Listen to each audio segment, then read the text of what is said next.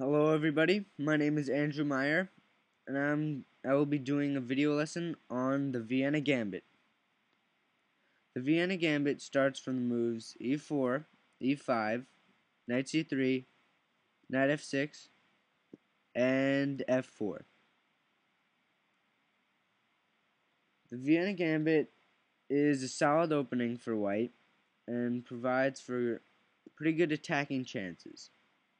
First, I will be showing you some moves that are not the main moves, but will be played in the rating range of, I would say, 1,000 to 2,000.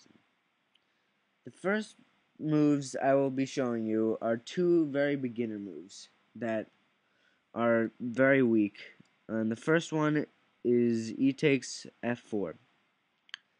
This is bad because then white can reply with e5. Pushing the knight back to g8 since it has no other moves, and white's going to be ahead in development and eventually going to get this pawn back after these couple moves, and white's going to have a space advantage with no problems here. Another not so great move is knight c6. This is even worse than the first move because it allows a giant storm of pawns to just come about, and this knight has to retreat to g8, and white's gonna have another nice lead in development, and he's not even down a pawn this time. I don't even know how you make progress as black. Try to pin this knight. Bishop out. See, black has no pieces developed, or only one piece, the bishop. All his pieces are on the back rank. He's not even close to castling. So those were the two worst moves that you could play in the Vienna Gambit. Here are some other moves. One move includes this move, pawn to d6. Play is probably continued knight f3, and then this bishop move could be played. Bishop g4. After which white can play h3, and bishop has to take or else it will get trapped. Queen takes. After knight c6, you always want to pin this knight to prevent it from coming to d4. Play probably ensues like something along the lines of this. You always want to take that knight so it doesn't go to d4. And white just has a good game. Pieces are active. This bishop's gonna become a beast on either g5, maybe even h6 if the queen's on g3.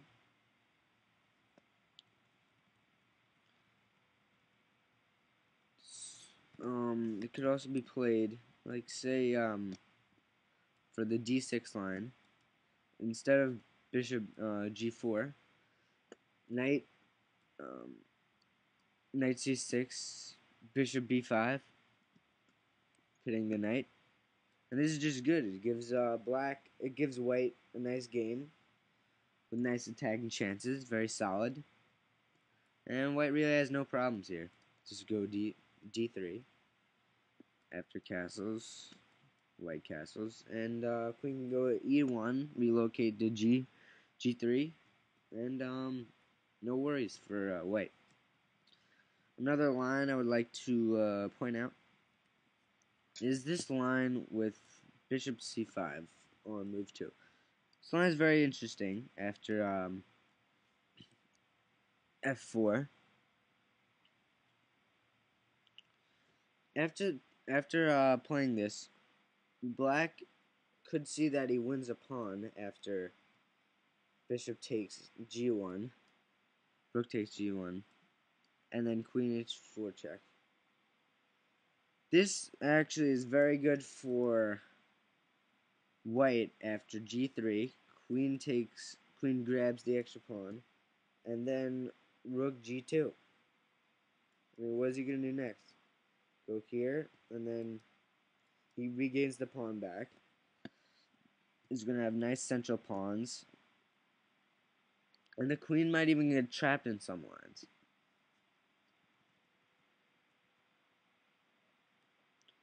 If he doesn't go for that bishop takes g1, he might go... This might transpose into some other stuff. Still very good for white. Actually, no, because then white can just win a free pawn. But if, say, d6, and this is still good for white.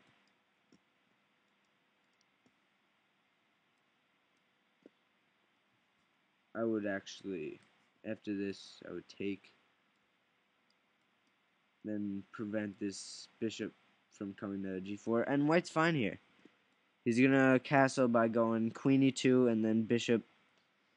Actually, no, you would just castle by going knight to a4, and there are no worries.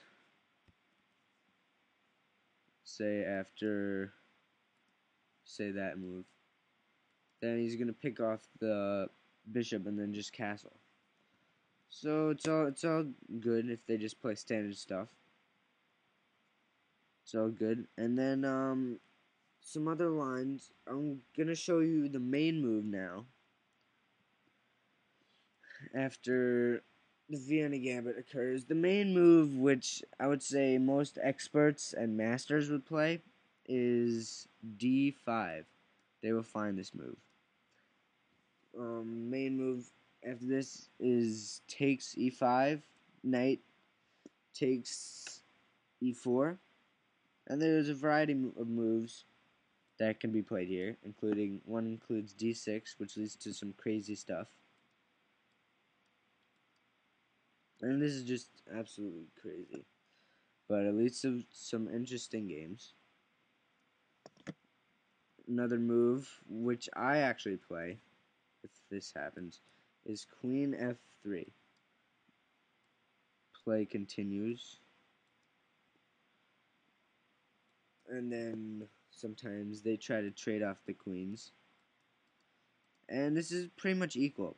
White doesn't really have that much of an advantage, but that's if they play it perfectly. And not all people will play it perfectly.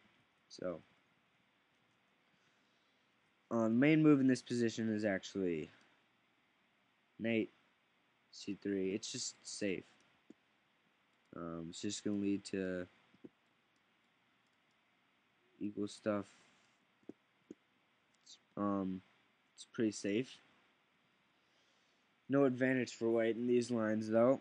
But that's if they play it perfectly. I mean, they're not going to play it perfectly all the time. And let me show you some other lines that will occur in which you don't want to play f4 on the third move. e4, e5, knight c3, and then knight c6. You don't want to play f4, although it is a move that shows up on databases. After it takes f4, knight f3, g5. One of the main moves is h4, and this leads to unclear stuff. This is unclear. You're down a piece. You don't want to be playing this. If you want an advantage for white, you don't really want this. It's unclear. You're down material. It's not what we want to be playing. Other lines include, this is an interesting line, bishop c4, g5, and just hanging the knight after castles. Takes the knight, d4. There's one move in this position that that saves black. But if they play something wrong after then you could sack on f7, and after king takes, queen h5 check. And you know, in this position, white is dominating, down down 2 pieces, but his attack is wicked. The one move that they can play though in this position, they'll save black and give black an advantage, is knight takes d4. After queen takes d4, this queen g5 move is a killer. It's threatening mate. If he tries to stop it with queen there, he loses his queen. If he tries to stop it with the rook, bishop c5 also happens. And if queen thinks he can get away with taking this rook, that's mate. So that's the only line in which white, in which black will dominate. So you don't want to play that line. So here's what I'd recommend. Well, first let me go into another line where you don't want to play f4 on the third move. Is this line. Because if you play f4, he takes and he tries to hold the pawn, and you're going to have, it's basically like the other line, except now his bishop is out, so it can prevent this bishop from taking on f7, and you just left with a worse position. His queen can get out, his bishop can hold everything, and you don't want to get into this kind of stuff, sacking everything, sacking the knight, and then unclear, very unclear. Don't really know what's happening in this line. That's why for these lines, both d6 and knight c6, I want you to play bishop c4. I won't get into the details of this line, but I can just tell you that this is what play is gonna probably be like. It's kind of like, I would say, a delayed Vienna Gambit, if you will. This is good for white. No problems here. And on d6, just go bishop c4.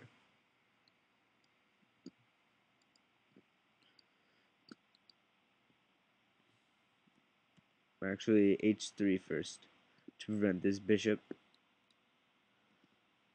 And this is just good for white. So this comes to the conclusion of my video. I hope you enjoyed this. I hope you try this opening. It's a very good one. I hope to be posting more videos on Killegarchess.com, and I will see you next time.